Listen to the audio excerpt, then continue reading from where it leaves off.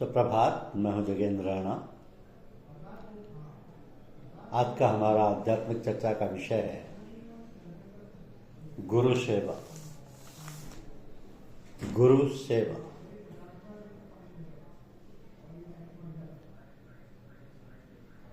पराई सेवा का आरंभ प्रथम गुरु से किया जाता है। मनुष्य को अभी अपने घर वाले कुटुंबी दिखाई देते थे। अब एक इनसे भिन्न मनुष्य जिससे ना कोई रिश्ता है ना जात बरादरी का है, उसका प्रेम पात्र बनता है। स्त्रियों पुत्रों की तरह उसकी भी सेवा का भार वह अपने ऊपर लादता है। उनकी तरह उस गुरु को भी प्रेम भरी दृष्टि से देखता है, उसे अपना समझता है। बस यहीं से परमार्थ के रास्ते की शुरुआत होती है। अभी तक उनका दिल अपने घर की चारदीवारी के अंदर कैद था, स्त्री बच्चों में फंसा था। अब कुछ आगे बढ़ के एक ऐसे मनुष्य के पास पहुंचा है जिससे संसारी कोई रिश्ता नहीं है, संसारी कोई लाभ भी उससे मिलने की उम्मीद नहीं है। केवल ईश्वर के लिए हम उनके पास पहुंचे हैं। तो ईश्वर से मिलने के लिए हमने उससे नाता जोड़ा, उसे भी अपना प्रेम पात्र बनाया है। आरंभ में विश्वास और प्रीति अधिक नहीं होती, पर आगे ज्यों ज्यों अभ्यास और परस्पर मिलाप यह सत्संग से आंखें खुलती जाती हैं, उधर से मोह कम होता जाता है और उधर को बढ़ता जाता है। इस प्रेम और वैराग्य के वशीभूत हो शिष्य जब गुरु की निष्काम सेवा करने को तत्पर हो जाता है, गुरु के कष्टों को वह अपना ही कष्ट समझने लगता है और बिना बदला चाहे तन मन से गुरु की सेवा में जुट जाता है।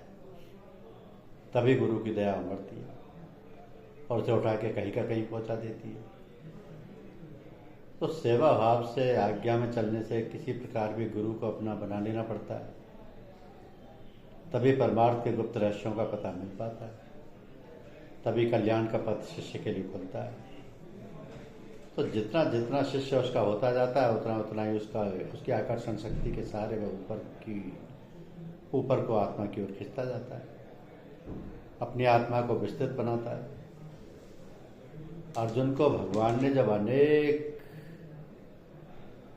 प्रकार के ज्ञान का उपदेश दिया, दिव्य दृष्टि दे के जब आत्मदेश का अनुभव कराया, तो उसे बड़ी प्रसन्नता हुई। अद्भुत आनंद में सराबोर हो गया। उस समय वह पूछने लगा, प्रभु आपकी इस महान पराविद्या को जानने का क्या उपाय है?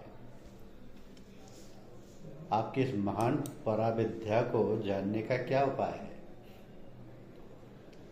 तो उसको भगवान ने उत्तर दिया कि तद्दिति प्राणपातेन परिप्रश्नेन सेवया उपदेक्षन्ति ते ज्ञानम ज्ञानी नस्तत्व दर्शने। बोले, है अर्जुन, इस विद्या की प्राप्ति के लिए किसी तत्वदर्शी महापुरुष के समीप जाओ। सम्मुख पहुंचकर नम्रता से कपट व अहंकार त्याग के उनको मस्तक नवाओ। सेवा से उन्हें प्रसन्न करो, फिर उनसे पूछो। जब वह प्रेम पूर्वक इस गूढ़ ज्ञान का उपदेश करते हैं तभी मनुष्य इसे जान सकता है, और कोई उपाय नहीं। तात्पर्य यह है कि अमैथुनी सृष्टि के समय प्रथम ज्ञान मनुष्यों को परमात्मा से मिलता है। उसके पश्चात मैथुनी सृष्टि का नियम ही यह है कि एक से दूसरे को ज्ञान मिलता है। इसी ज्ञान चक्षु खोलने वाले और आत्मदेश के निवासी को हिंदुओं में गुरु और मुसलमानों में मुर्शिद कहा जाता है। तो ऐसे मुर्शिद कामिल की बगैर खिदमत किए आज तक ना तो किसी ने कुछ ले पाया है और न ले सकता है। प्रथम छल छिद्र छोड़ के नम्रता पूर्वक उनके समीप जाओ, प्रसन्न करने के लिए उसको निष्काम सेवा करो और फिर अपना मतलब उनके सम्मुख रखो। ये तीन बातें भगवान बता रहे हैं, इसी का नाम गुरु भक्ति है। तो कबीरदास जी कहते हैं कि दासा तन हृदय नहीं नाम धरावे दास, पानी तज गए उसको कैसे मिटे प्यास। दास तन हृदय बसे गुर चरणनाधीन, कहे कबीर सो दास है प्रेम प्रीति लौलीन। फल कारण सेवा करे तजे न मन के काम, कहे कबीर सेवक नहीं चाहे चौगुना दाम। सेवा फल मांगे नहीं, सेवा करे दिन रात। कहे कबीर दास पर, काल करे नहीं घात। सब कुछ गुरु के पास है, पाइए अपने भाग। सेवक मन का प्यार है, रहे चरण में लाग। गुरु की आज्ञा मान ले, सब कारज सिद्ध होए। अमर अभय पद पाइए, काल न व्यापे सोए। तू करे तो निकट होए, दूर दूर करे तो जाए। ज्यों गुरु राखे त्यों रहे, जो देवे सो खाए। साहब के दरबार में कमी काहू की नाई। बंदा मौज न पावई, चूक चाकरी मां। तो कबीर साहब ने ही नहीं बल्कि सारे संत और सूफियों ने गुरु भक्ति पर बहुत जोर दिया है। एक तरफ यह हिदायत है कि गुरु को शिष्यों से किसी प्रकार की सेवा ना लेनी चाहिए, तो दूसरी तरफ शिष्यों के लिए हुक्म है कि तन मन और धन से जैसे तुम अपनी और अपनी घर वालों की सेवा करते हो, वैसे ही बिना गरज के आए गुरु की सेवा करो। ये तुम्हारा कर्तव्य है। जैसा कि कबीर साहब ने भी कहा कि गुरु को ऐसा चाहिए, शिष्य का कछु न ले। शिष्य को ऐसा चाहिए, गुरु को सर्वस्व दे। ये दो प्रकार की बातें गुरु और शिष्य के लिए बताई जाती हैं। इसमें क्या रहस्य है? देखिए कि परमार्थ क्या है। केवल अहंकार या खुद ही को दूर कर देना। गुरु में अगर अहंकार आ जाएगा तो वह पतित हो जाएगा, और शिष्य में आ जाएगा तो उसे दूर फेंक दिया जाएगा। तो इस अहम के तोड़ने के लिए ही दोनों को परस्पर सेवा व्रती बनना लाजमी है। जो गुरु अपने को सबका सेवक समझेगा, उसे बड़े होने का अहंकार आ ही नहीं सकता। दूसरे पर निर्भर रहेगा, इसलिए कि सेवा करने वाले का भी कुछ एहसान रहता ही है और उसे आंखें नीची करनी पड़ती है। तो समय पर उसका बदला चुकाना ही होता है, चाहे वह शरीर या धन से हो और चाहे आत्म कल्याण के रूप में हो। तो इस आत्म कल्याण के समय गुरु की अपनी गाढ़ी रूहानी कमाई में हिस्सा देना पड़ता है। बिना ऐसा किए शिष्य का उद्धार ही नहीं हो सकता, और बिना उद्धार किए अगर गुरु बनना चलता बनेगा तो उसे फिर सेवकों के कर्जे चुकाने के लिए संसार में जन्म लेना पड़ेगा, उसकी मोक्ष नहीं हो सकती। इसलिए बताया जाता है कि जहां तक हो सके दूसरों से सेवा नहीं लेनी चाहिए, ताकि वह अपने को खुद ही वह अहंकार से और कर्जे से बचा सके और निर्द्वंद होकर शरीर त्यागे। ये तो रही गुरु की बात। अब शिष्य का धर्म सुनो कि शिष्य को इसलिए गुरु सेवा लाजमी है कि वह छल छिद्र रहित, भाव सहित कोई किसी की सेवा करता है तो उस ऐसे सेवक की ओर सबका ही दिल खिंच जाता है और उनमें परस्पर प्रेम उत्पन्न हो जाता है। तो यही नियम गुरु के लिए है। गुरु से जब तक शिष्य के लिए प्रेम नहीं होगा, वो क्यों अपनी गूढ़ विद्या उसे देगा और क्यों उसके लिए परिश्रम करेगा। यद्यपि महापुरुषों का स्वभाव ही दूसरों के कष्टों को दूर करना होता है, उसका जीवन ही दूसरे के कल्याण के लिए होता है, दूसरों के कल्याण के लिए। तो वो बदला नहीं चाहते, परंतु फिर भी पात्र तो देखते ही हैं। सेवा से, नम्रता से और यज्ञ में चलने से ही पात्र और अपात्र की परीक्षा होती है, और वह ऐसा मनुष्य उसकी दृष्टि में अधिकारी समझा जाता है। तो बिना अधिकारी के विद्या देना अपराध है।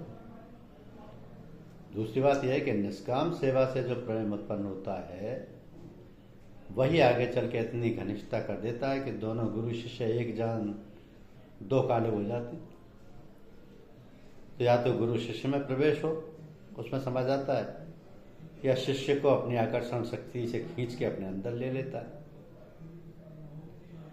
उस समय शिष्य का अहम गुरु में लीन हो जाता है।